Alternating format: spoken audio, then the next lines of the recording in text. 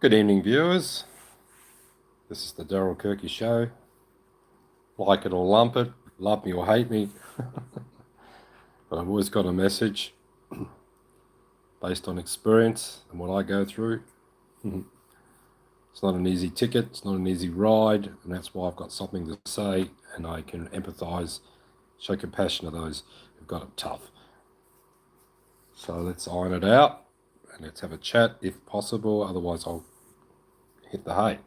But the time is 9:41 p.m. and the date is the 14th of December 2025. So I shall just wait for a few people to come online and make a coffee and I'll be back. Cheers.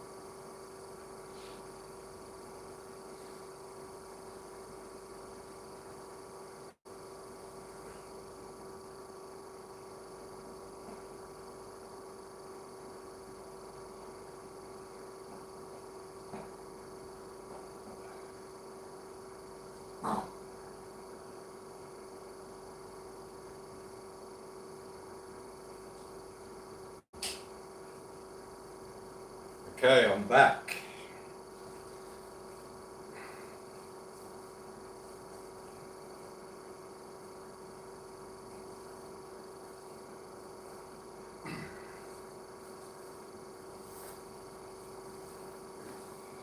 Okay, nobody's online yet. Must be Christmas, people getting busy. I normally kick it off with one person online. If somebody's listening. So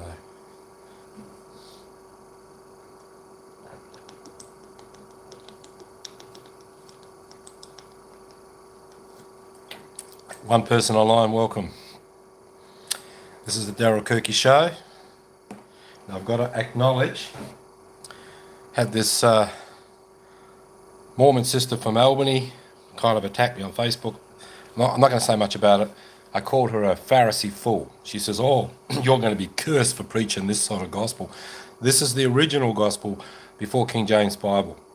Jesus abolished priesthood, he abolished the temple system, so therefore if it's come back, there's no proof.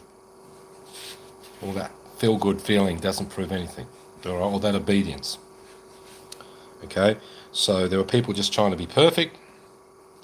They don't really know Jesus. He didn't come for our righteousness, he came to awaken us, to enter into his righteousness, made whole and perfect that way. The great I am working through you. Here's the letter of the law with the Spirit. In conjunction, we have the fullness of the gospel. All right?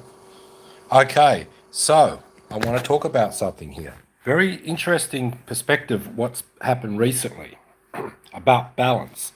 Cosmic matrix universal balance, which a lot of religions don't talk about. They just expect you to follow the leader and be guided and jump off the cliff, if they do.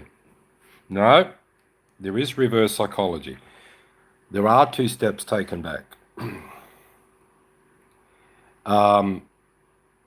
Sometimes we seem to change the rules, a bit like the Mormon church will change the rules and all this policy shit. No, there is a 10 commandments, just as there's a 10 rule that apply in relationships and with people and humanity. And you go back to those rules, but you've got to disembark sometimes to take back your power. Right? I used to be weak as piss and I was crushed like an insect. And now I catch the bull by the horns before the bull catches me. And I'm teaching you this. There is a place in your heart of hearts where you have a rights and authority to claim the victory in Christ or your God, but not to kill anyone.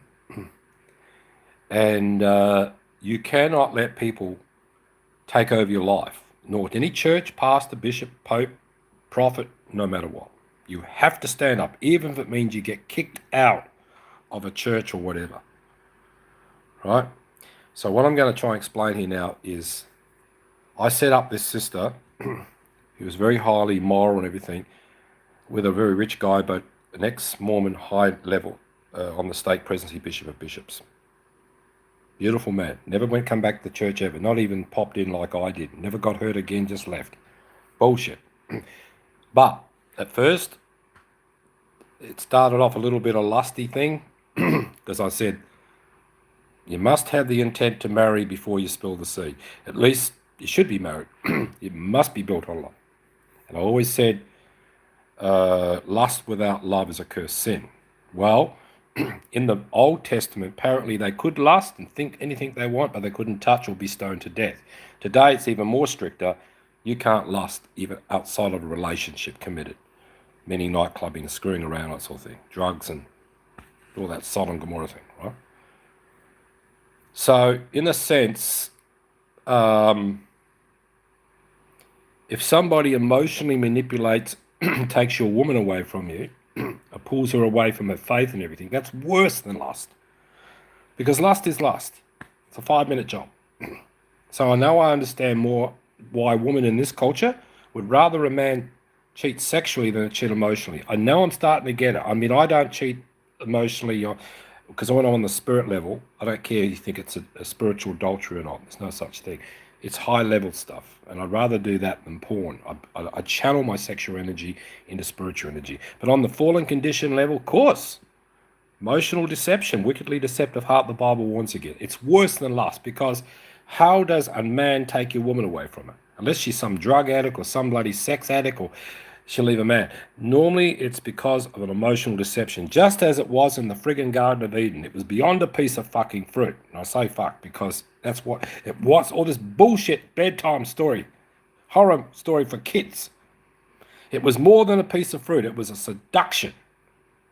Even Cain could have been the son of Satan, got Eve pregnant. If the fallen angels can come down and take on a fucking penis, sure can Satan can too. It could be a sexual thing. All right? And then Abel got born through Eve, Adam and Eve, and then got killed, and then Seth come along, and through Seth, Enoch and all of that, all right? Noah, so forth, right? So it was all meant to be, okay? It wasn't even a sin, it was a transgression, right? And let me get to the point here. So there has to be some form of aggression, calling me. There has to be some form of aggression to take stance when you're trying to stand up for what you believe and supporting and defending your wife. So nobody, no man, prophet, priest, pope, or some dickhead that want to take your wife off you as a polygamous wife like in the Mormon church or bishop, how dare they? Never again will that happen. I'd rather go to prison than take that type of a bullshit. Who do they think they are that can do that, all right? Okay. So you have to put your foot down.